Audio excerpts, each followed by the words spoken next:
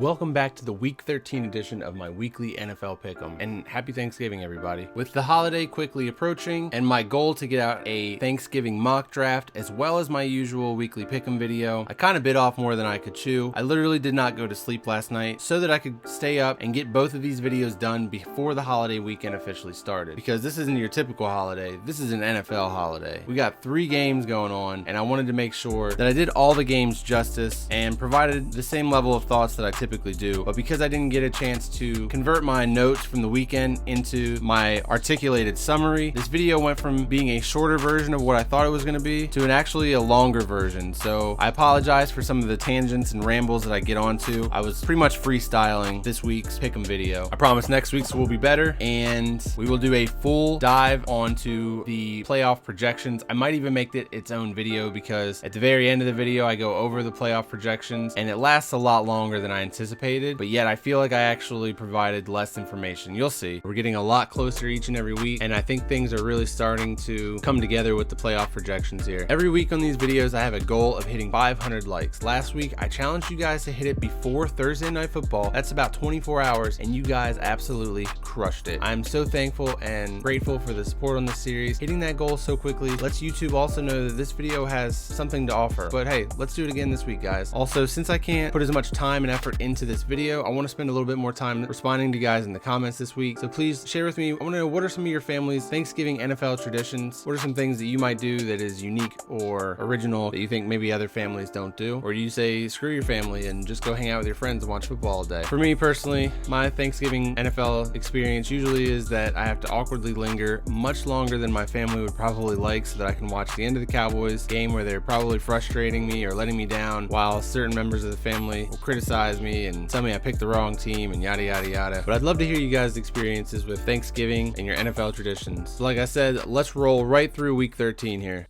Bears at Lions. It feels like the NFL is trying to make this an annual Thanksgiving matchup so that maybe we'll start to care a little bit more about it, but this Lions game has always just kind of been the appetizer game that we'll play in the background during the hustle and bustle of Thanksgiving and cooking and getting everything ready and getting to where you're going. And on top of that, we don't even have Matthew Stafford here. At least one back in the day we used to be able to watch Stafford and Megatron, but now for the Lions, Jeff Driscoll is injured and David Blough, that's right, Blough, it's actually pronounced Blau, B-L-O-U-G-H, but that's no fun to say it that way. David Blough will be the Lions starting quarterback on a short week. I don't know about you guys, this feels like the most obscure third round quarterbacks that we've ever seen start this many games in a single NFL season. It really hasn't worked out that well for the other teams that have had to do it, so I don't expect big things from Mr. Blough. Bears win 24-16.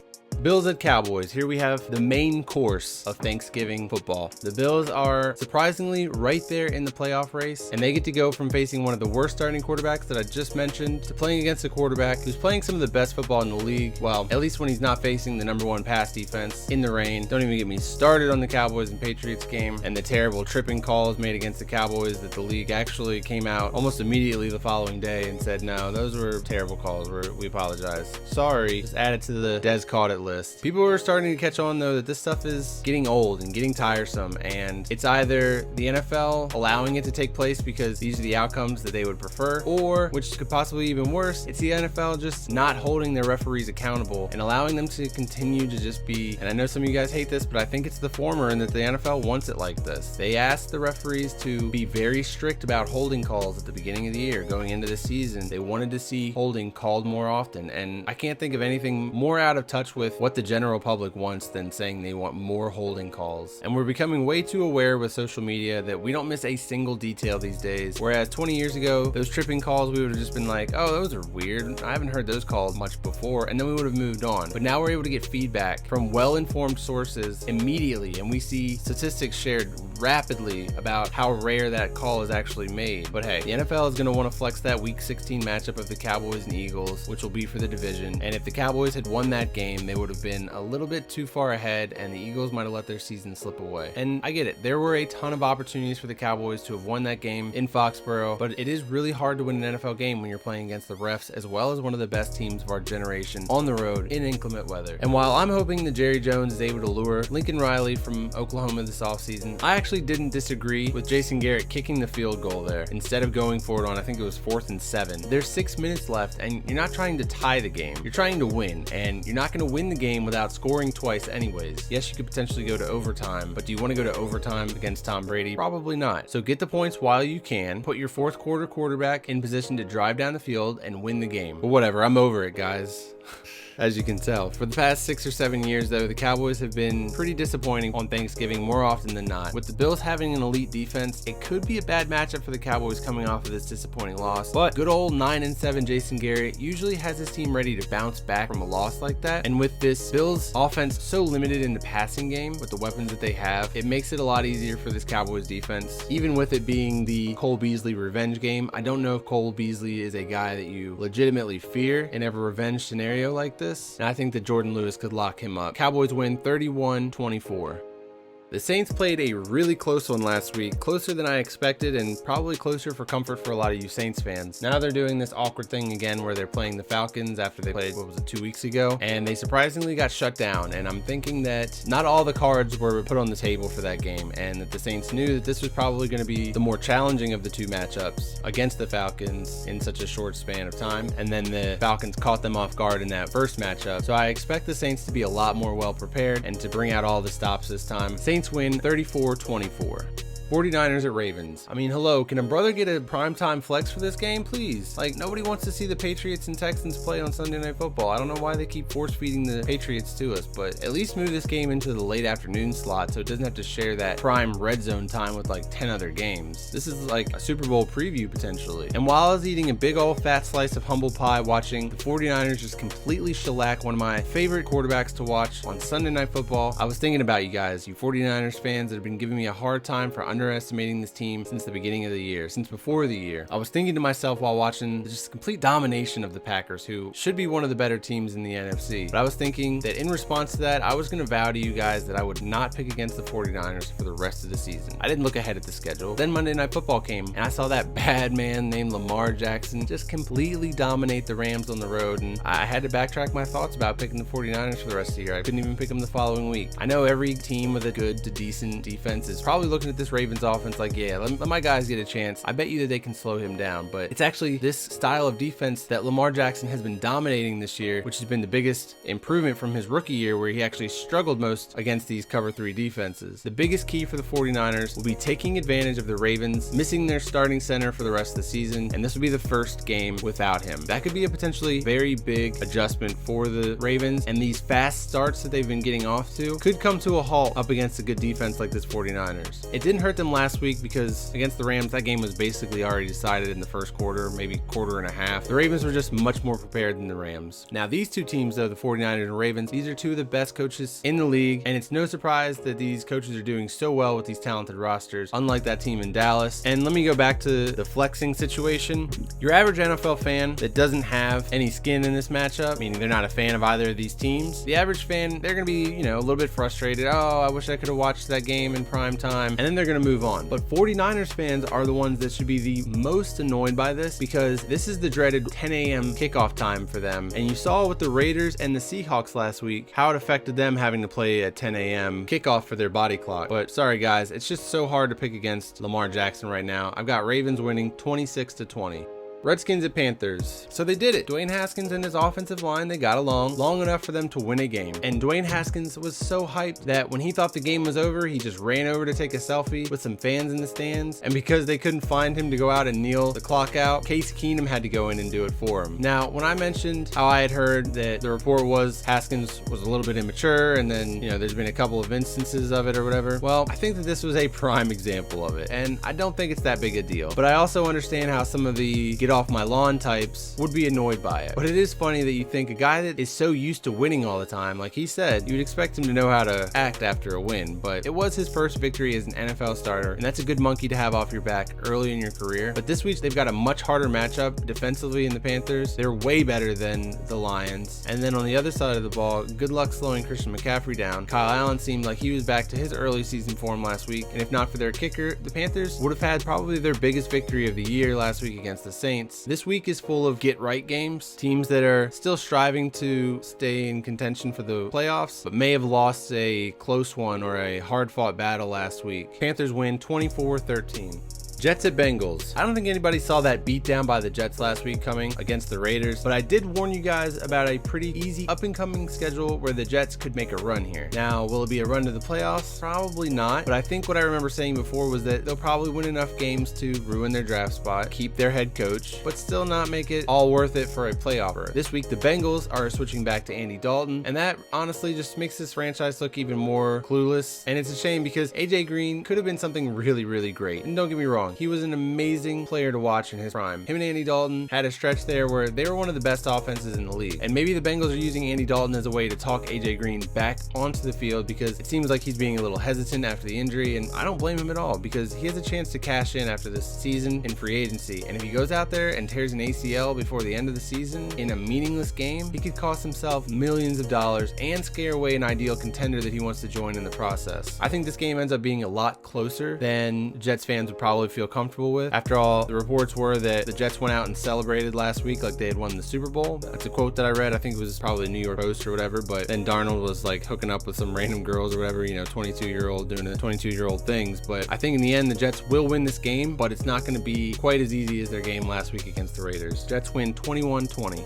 Titans at Colts. Man, this AFC South is so challenging to predict and anticipate. Technically, neither of these teams are out of the running for the division itself, but it does seem very unlikely barring a massive fall off from the Texans. If the Colts and Titans want a shot for the division, they might need to just win out. Derrick Henry is one of my favorite players in the league, and I would love to see him continue to just put on a show, but it's looking like he might just really be the Jaguars' daddy, similar in the way that T.Y. Hilton is the daddy of the Texans. And last week we saw T.Y. really struggle against the Texans, and it was clear that he was not 100% and was out there just fighting through an injury. He really is the key for this Colts offense. If he plays, I'd be more willing to pick the Colts this week, or if he plays and is 100%, but that shell of himself that he put out there on the field last week may have actually hurt the Colts more than it helped him. If he was just out there as a decoy, pulling coverage away from other receivers so that they could get more single looks, that would be one thing, but they were targeting T.Y. Hilton in crunch time, and you just can't be out there asking for the ball in those sort of situations if you know yourself that you're not 100% and you're not going to be able to perform to the level of what your teammates are expecting and rely on you to perform at. The Colts, they're just decimated by injuries right now though, so I get it. It's better than them having to make a roster move just to bring somebody up onto the team, so they've got enough numbers. Devin Funchess should be coming back here sooner or later, but this is looking like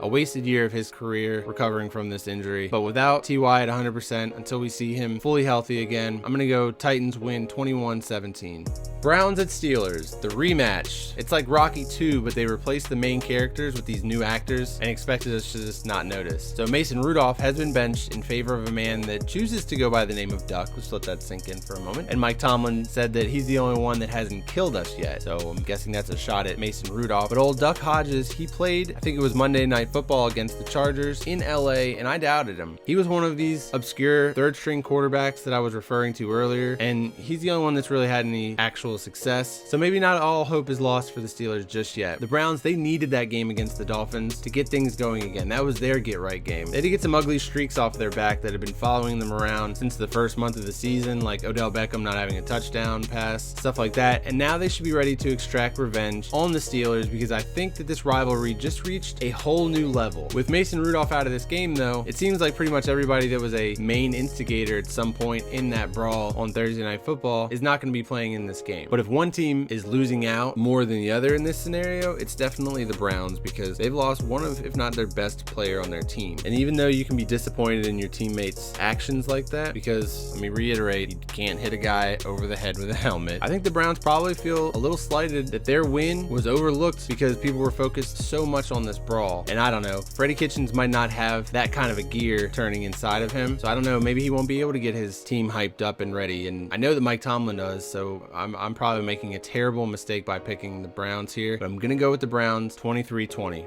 Buccaneers at Jaguars. This is the battle for Florida. We've got two teams with questionable quarterback situations. I guess we'll start with Jameis Winston because this really is just one of the most frustrating yet exciting quarterbacks that I can ever remember watching. I'd really love to know the record for most interceptions thrown on the first drive by a quarterback because Jameis has got to be up there with some of the all-time greats or all-time worsts, however you want to phrase it. I thought last week that the Jaguars offense was going to get back on track, and instead they got completely dominated once again by the Titans. Pretty much kissing their hopes and wildcard berth chances goodbye. Now the Jaguars need to use the remainder of this season to make sure they made a good investment in signing Nick Foles, or you need to find out, is Nick Foles going to end up being the league's most expensive backup quarterback to the man, the myth, the legend, Gardner Minshew himself. It's a shame that the Jaguars offense basically wasted the first real season that they've gotten production from Leonard Fournette, and honestly, with the way that he's been in the past with those hamstrings made out of old rubber bands, I wonder if you keep on giving him such a heavy workload, especially as these games start to lose their meaning and value. And the Buccaneers actually have one of the best run defenses in the league. I'm not sure if I credit it to their personnel. It certainly seemed like they were going to be a much better unit than they have been at the beginning of the year, or if it's because this Buccaneers offense is so pass heavy that teams have to sort of get away from the run just to keep pace with this Buccaneers passing game. It's the chess match of this sport that I just love so much. But anyways, while I don't expect the Jaguars as a whole to just lay down, there are quite a few guys on this roster that probably won't be back next year. And I think the Jags might lose their edge and get a little soft on us if, they haven't already begun that process and it started last week. I could see Jameis Winston putting up a stupid amount of points behind Mike Evans, Charles Godwin, but actually it's Ronald Jones'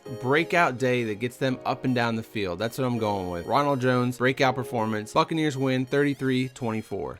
Eagles at Dolphins. I kind of went in on Carson Wentz on my mock draft, and a lot of it had to do with not only the performance last week against the Seahawks, but that was definitely a lot of the fuel for the fire in my rant about the Eagles getting him more weapons and moving on from Alshon Jeffrey and stuff. And you can blame it on the wind, but an NFL quarterback can't overthrow running backs in the flat. And while I said last week that I think it's time to move on from this Carson Wentz versus Dak Prescott thing, by the way, I was shocked at how many of you were in the comment section staying strong to your Carson over Dak stance, because I feel like if there's been a year or a season that has separated either of them from one another at this point, it's been this year, and Carson's looked awful. And I would be legitimately concerned if I was an Eagles fan, because being favored by such little against the Dolphins, a team that was giving up 20 some points at the beginning of the year to teams, obviously they have improved as the year's gone on, but this game might not be a walk in the park like you think. This is another one of the get right games that I was talking about, and the Eagles need to use it as that. They need to open up the playbook and execute against this defense, get some rhythm going with these wide receivers, or else you're going to lose your shot at still making the playoffs, getting hot and getting on a run here and stealing the division from the Cowboys. Obviously, I'm biased on who I would like to see win the division, but really it's all going to come down to, can you get yourself right so that you have the confidence going into that week 16 matchup against the Cowboys, because that's going to be for all the NFCs to marbles. The Cowboys and the Eagles could literally finish 9-7, but whoever wins that week 16 matchup is going to have the necessary tiebreakers to win this division and host a playoff game. As for the Dolphins, sorry, I don't want to neglect them. They currently have the third overall pick in the draft, and I have them skipping out on Tua at number 3. Go check out my reasoning in that video. Let me know if you think I'm off my rocker or if you agree. Eagles win 38-27.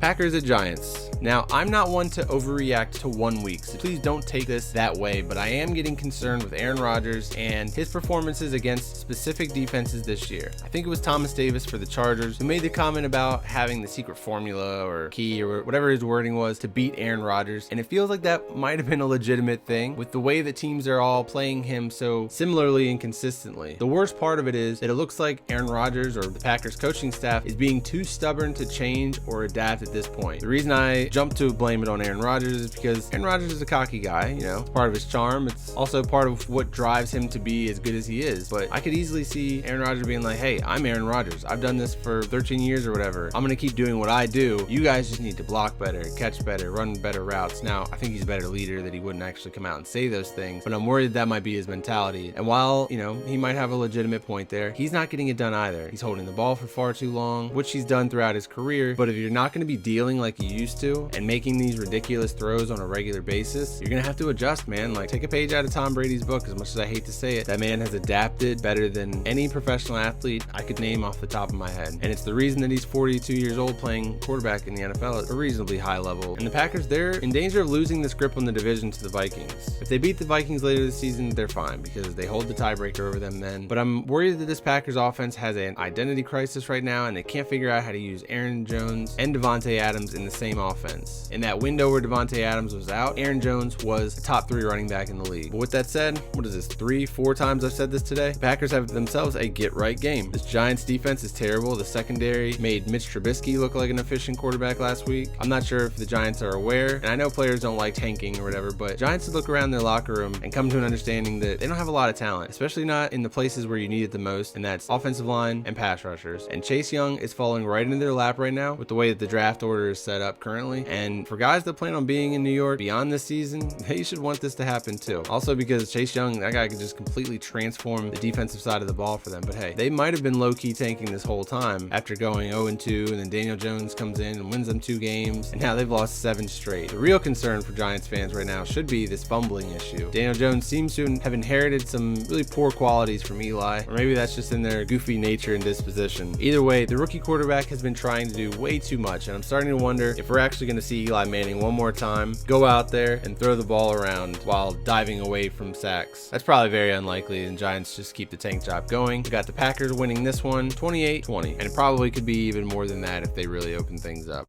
Rams at Cardinals. Guys, I don't know what happened to the Rams, but we all, myself included, have got to stop thinking that a team is going to be good because they were good the season before. And I don't think that this is a bad team, and I don't think that the Rams are 45-6 bad like they were against the Ravens, but this is not a playoff football team right now. And what was probably once looked at and chalked up as an easy win for them on the schedule late in the year, one of those games where they were probably looking ahead and being like, look, we can win this, and we can still make the playoffs. Well, this Cardinals team is not looking so unevenly matched anymore. Hopefully the Cardinals take a look at what the Ravens did to this defense last week and try to emulate it a little bit with Kyler Murray. Now, Kyler and Lamar are completely different mobile quarterbacks, and I feel like the term mobile quarterback is such a generalization that we use far too often because these guys have such different play styles. But if you think about it, nobody's really like Lamar Jackson, are they? The difference here will be that I don't think the Cardinals have the offensive line to extract their will against the Rams defense quite like the Ravens do, nor do they have a running back that can set the tone quite like Mark Ingram can. So no, it's not going to be 45-6 or whatever, but I do think the Cardinals come out, crush the souls and the hopes and dreams of Rams fans of getting back to the playoffs. And just remember, guys, the term Super Bowl hangover was not coined by accident or by people that had to go to work the next day. It's because it's really challenging to capture that magic in back-to-back seasons, especially by such a young head coach who, you know, he was probably feeling himself a little too much this offseason and didn't actually plan for, hey, what if things go bad? Now, not all hope is lost because they still have their young quarterback, young running backs, nice diverse group of receivers and tight ends to rebuild this thing and just reload for 2020. Where they're really going to need to put an emphasis though is improving this offensive line, because it doesn't matter what your system is, if you can't block the other guys from pressuring your quarterback, you're not going to have a good time. I'm actually going with the upset here. Cardinals win 33-30.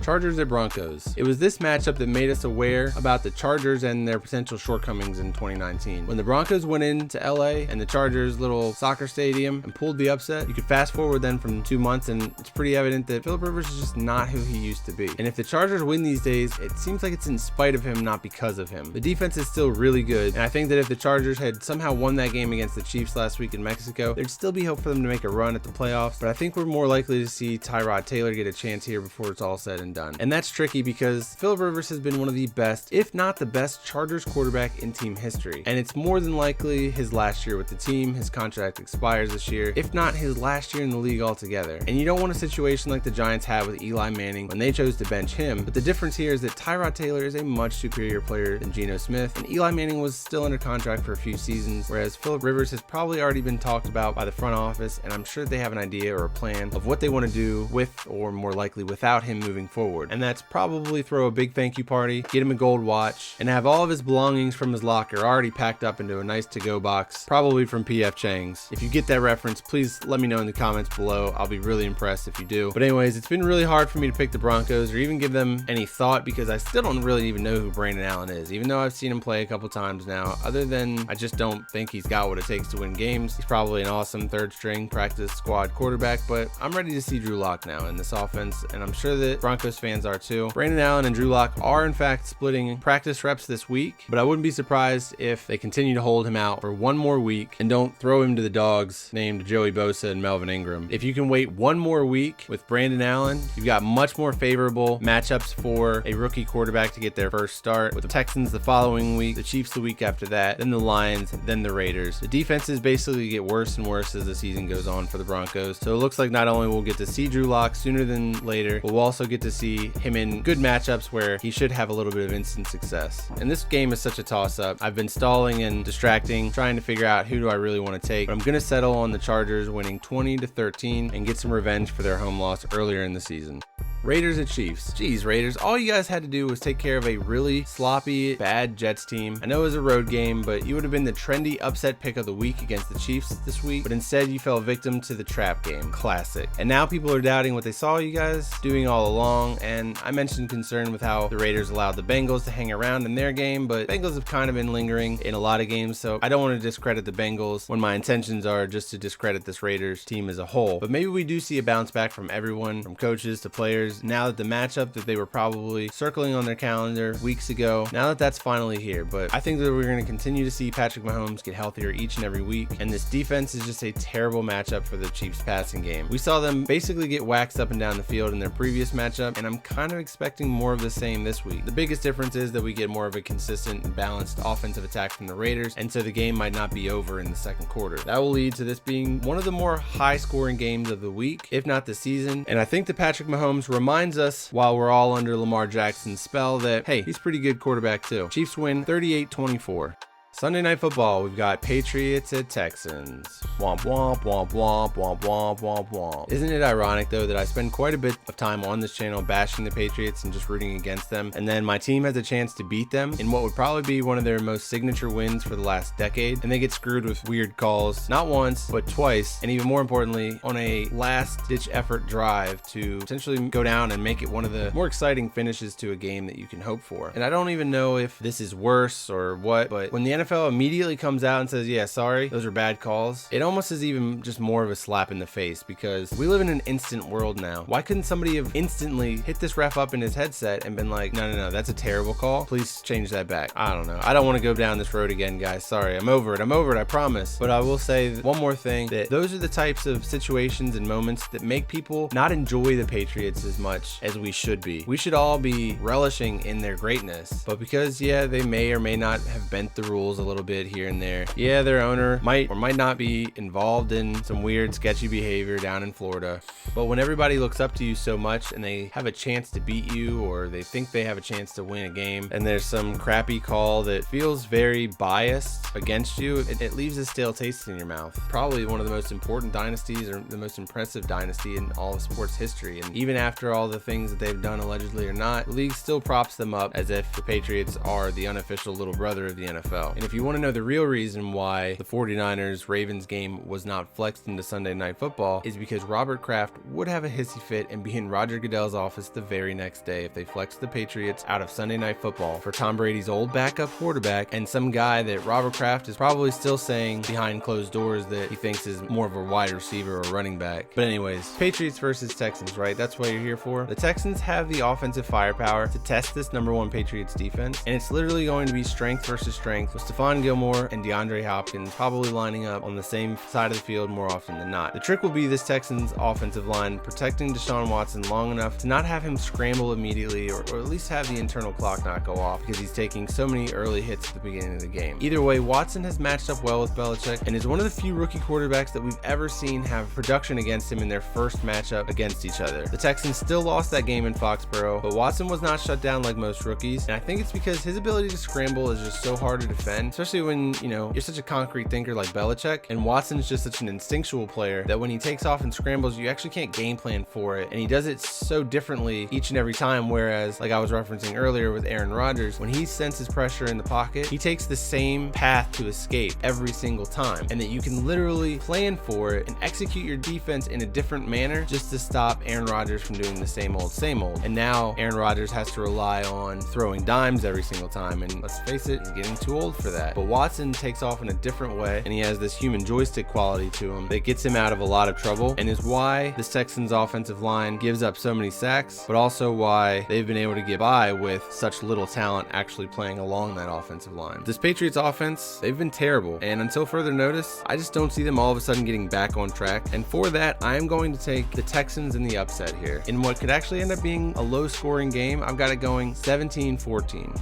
And then on Monday Night Football, we've got Vikings at talented Seahawks. Now, lost in all this hoopla and complaining that I've been doing about the 49ers and Ravens game not being flexed with the Patriots and Texans game, lost in all of that is the fact that we've got a really good Monday Night Football game with the Vikings going to Seattle to play the Seahawks. This is the infamous game where Stephon Diggs basically bullied Kirk Cousins on the field, and then later on in that same game, Kirk Cousins tried to coach up Adam Thielen as if he was their wide receivers coach. It was a ugly look into the dysfunction that was this Vikings offense, but this team is gelling a lot better than they ever were before, and I'm really excited to see the difference this year compared to their matchup last year. I want to see how much input Dalvin Cook can really have in this matchup. The Seahawks last week, as I kind of expected, got off to a really slow start in that 10 a.m. local time kickoff for them, also coming off of a bye week too, but you saw that flea flicker early in the game. I think that was such a wise move by the coaching staff, which I think is one of the greatest strengths of this team when it comes down to it all, is that they're probably a top 5 coach team in the league. And they were just trying to get their guys to wake up a little bit and give them a jolt that they needed to wake their bodies up and get into the game. You know, quarterbacks say you're not really in the game until you take that first hit, and that flea flicker definitely helped a little bit, but I think you got to credit the Eagles defense last week for really keeping them in that game the whole time. My man DK Metcalf had another terrible game where he was looking more and more like Terrell Owens with the drops, even though he was able to get himself in position to get his hands on these passes that would have been just complete circus catches anyways. Any of those that touched his hands, they would have been amazing grabs, but when it hits you in the hands and it falls incomplete, it's always labeled as a bad drop. It's those little details though that can usually be the difference between winning and losing. It's just that slight disconnect that West Coast teams seem to have in those 1 p.m/10 a.m. body clock kickoffs, and I bet you now being home again, being on Monday Night Football, I wouldn't be surprised if we see DK Metcalf go off in this game. And that's because the Vikings secondary has not been the strength of his defense as it was in the past, and like honestly not enough people talk about Xavier Rhodes, and he just kind of fell off. Like, he's still an above average corner, but he was one of the best corners, if not the best corner in the league at one point. So I'm going to be interested to see how this loaded wide receiver group takes advantage at home against the Vikings secondary. And where we can be excited as fans is that I expect a much better performance than last year's performance by the Vikings, because that was like little brother trying to fight with big brother and it just wasn't going to work out. But now little brother's grown up a little bit, gotten a little more comfortable, and should be able to compete to a much higher degree in this one. I do still think though that the Seahawks will win at home, but it's going to be a shootout. Seahawks win 35-28. All right, now the stuff that you guys are really interested in, let's check out the playoff predictors with these picks inserted in, and then I'm going to go ahead and make some generic picks for the rest of the season based on favorites winning a majority of the games. And compared to last week, not a lot has changed actually. We've still got the same teams making the playoffs if I'm not mistaken. I think the biggest difference over here is probably that the Saints end up with the number 1 seed in the NFC. The Seahawks still have the tiebreaker over the 49ers, and if you remember, I mentioned how important that week 17 matchup between the 49ers and Seahawks will be. In fact, that will probably end up being flexed into that open slot that they leave in week 17 just for that purpose. It's already set to be a 4:30 game, so I do fully expect it to be bumped down because there are no other games that week that will have quite as big of an input in determining the playoff landscape. What's really cool is there's not really a loser goes home scenario with that. In fact, the winner gets to go home and sit on their couch for a week to then go back to work the following week and then stay at home for a home playoff matchup, whereas the loser of that game will have to go on the road throughout all the playoffs. Quite a big difference. So there's still a lot on the line for the 49ers and Seahawks week 17 matchup. But yeah, like I said, not a lot has changed. The playoff matchups changed a little bit. We got Bills versus Texans in the wild card, Raiders at Chiefs. We've still got 49ers and Cowboys. The NFL is probably already banking on that classic matchup. I'm sure we'll see Dwight Clark's catch more times than we care for in the week leading up to that game. And then finally, the different wild card matchup that we have this week compared to last week is that we have another interdivisional playoff game with the Vikings traveling to Green Bay. As far as the draft goes, because I know a lot of you guys follow me for my contributions to the mock draft community, the week 16 matchup that I'm actually pretty intrigued about is Giants at Redskins. That could be the Chase Young Bowl, where assuming the Bengals go Joe Burrow at number 1, Chase Young would slide to number 2, and it's whoever wants to tank the most is going to get to draft Chase Young. But that is only assuming that the Dolphins take care of the Bengals at home the same week, because if the Bengals win that game, they still lock up the number 1 draft pick. Then the Dolphins get to leave the Redskins and the Giants and the Lions to land in that number 2 spot. And I mentioned how I don't have Tua going number 3 overall in my mock draft that I just posted. This one would definitively solidify Tua not going number 2 overall, because there's no way the Dolphins pass up on Chase Young at number 2 with the lack of pass rush that they currently have. Anyways, I'm going to do a real quick run through of these playoffs. I'm not going to share my picks because they'll probably be pretty obvious, but I want to share my revised revised prediction for winning the Super Bowl, and that matchup would be Seahawks versus Ravens. And it's hard to pick against the Ravens right now. Until someone shows me that they can slow down this versatile offense, I don't see anybody being able to do it. The Ravens made a very bold move going into the season. They were going to change everything that they did. They were going to zig when the rest of the league is zagging and switching to a spread offense based on passing the ball more often than not, using the pass to set up the run, everything that they're trying to do in Arizona right now. The Ravens are doing a very different version of that spread offense, and they've become very challenging to stop. Now that Lamar Jackson has added a vertical passing attack to his game, you can no longer just crowd the box, put him under pressure, and wait for inaccurate passes because the man's been passing from the pocket, and he's been throwing dimes. So we'll see if anybody can stop him in the playoffs. The route that the Ravens took here, they actually didn't even have to play the Patriots, and that's probably the one team that I could see shutting him down the second time around, because that's just a very Belichick thing to do. But if the Chiefs can go into Foxborough and outscore the Patriots, which I think they could, it sets up really well for the Ravens to not have to play against Belichick a second time, because even though Lamar Jackson is a much improved passer, we saw what happened against the Chargers last year. The Ravens went to LA, stomped the Chargers just a few weeks before their playoff matchup. The Chargers had a chance to review the film, analyze what they did, take their talented personnel, shut it down. All right, and I'm going to record this live. I'm going to go and look at the Pigskin Pick'em real quick and do a brief recap of what took place last week. See, last week we had an undisputed leader with 13 points, Mr. Bolted here, and it looks like we had about 5 teams finish with 12 points. I personally finished with 10, and now let's go to the overall leaders. And in the top spot overall, we've got Mr. Zeke 1369 with Holden Hargrave right on his tail, Aradon and Benny J, all guys that we've kind of heard their names as some of the weekly leaders, all up there at the top running the show. Good luck, guys, down this home stretch here. Thank you guys all so much for watching, liking, commenting, subscribing on all these videos, helping support this channel. Please go check out my mock draft. Make sure you leave your likes, helps me out so much. Have a great Thanksgiving. Good luck to your football teams, and I will see you all in the next video.